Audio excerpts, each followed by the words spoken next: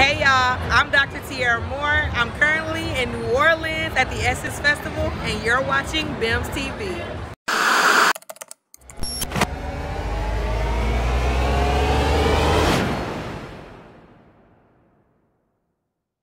Hi, I'm Shelly, and welcome to BIMS by its Kids with your host Andrew Walker. Take it away, Andrew.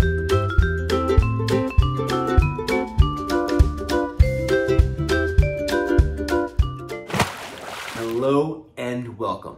I'm Andrew Walker, your BIMS Bites Kids host. And this year, we're taking a look at the undersea animal kingdom. All the creatures great and small that live beneath the waves, especially those that don't get a lot of shine. This month, I'm going to take a bite out of sea stars, many-legged wonders. So what exactly is a sea star? Now, I was inspired to use sea stars as the focus for this month's video because of a letter I received from Hazel, a BIMS watcher and future scientist who is currently 8 years old. She wrote a little bit about what makes sea stars so incredible. I'm going to read it for you now. Starfish are amazing creatures. Let me tell you why. Starfish like to eat fish, clams, and oysters. Strong stomach acids help break down food. Most starfish have 5 rays or arms, but many can have up to 40. Starfish can be many colors of the rainbow, like red, orange, yellow, blue, purple, and brown. Starfish have no bones, therefore they are invertebrates. Starfish have tiny bubbles on the tops, they have tiny tubes on the bottoms of their feet. Unlike people, starfish's mouths are on the bottom of their body. Starfish hatch from eggs, but they are not yet fully grown. When they hatch from eggs, starfish are called larvae. Eventually, though, the larvae turn into starfish. Did you know that starfish are related to sea cucumbers and sand dollars? Now you know why starfish are such amazing creatures. Thank you so much, Hazel. Starfish, or sea stars, as I like to call them, since they're not really fish, are amazing creatures. And just like Hazel taught us, they're members of the echinoderm family, which they share with sea cucumbers and sand dollars. But they're not the only members. This family also includes amazing animals like brittle stars and sea urchins. And that big word, echinoderm, comes from the Greek for hedgehog skin, because whether great or small, most of this family have rough, spiny skin, kind of like a hedgehog. And actually, there's over 7,000 members of this family. They're one of the largest beneath the waves. But there are 3 things that all echinoderms have. 1, they are invertebrates. No bones here. 2, they have tube feet.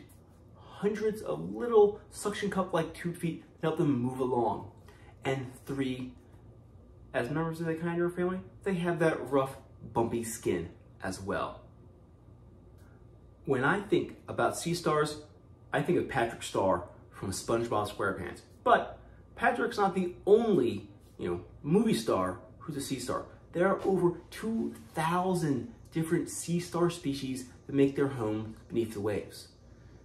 But what makes all of these sea stars incredible?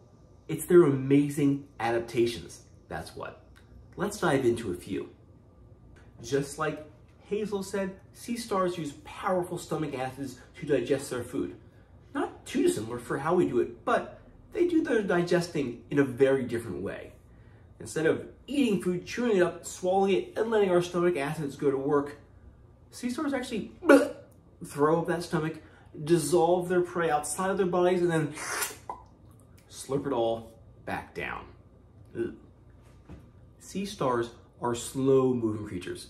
Even though they got 5 rays or arms and hundreds of tube feet on the bottom of each of them, they still move along pretty slowly.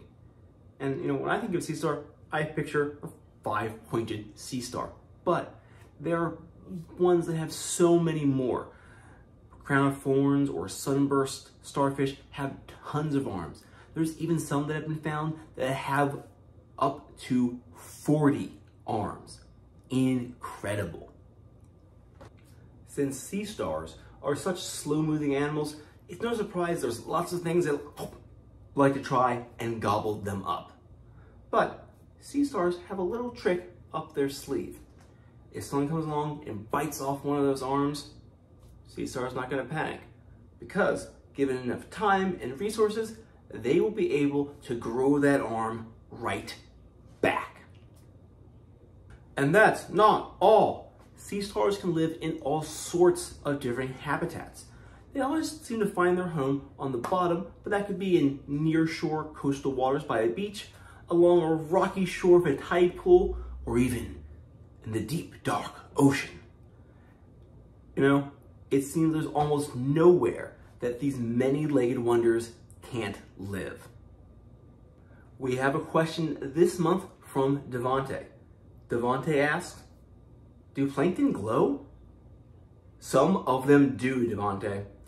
So animals that make their own light are called bioluminescence, light from life. And they can glow by combining chemicals within their bodies, generally something called lucifrane and luciferase, but there's a few other combinations as well. But they combine those and they get to glow. So some plankton can do that, just like fireflies floating through a summer night sky. Incredible. Let me know what questions you have by emailing me at andrewtheeducator@gmail.com. Whether you're curious about plankton, snails, or the delightful sea star, drop me a line and you can be featured on a future video. Thank you so much for watching. Please do not forget to like, follow, and subscribe everything black in marine science.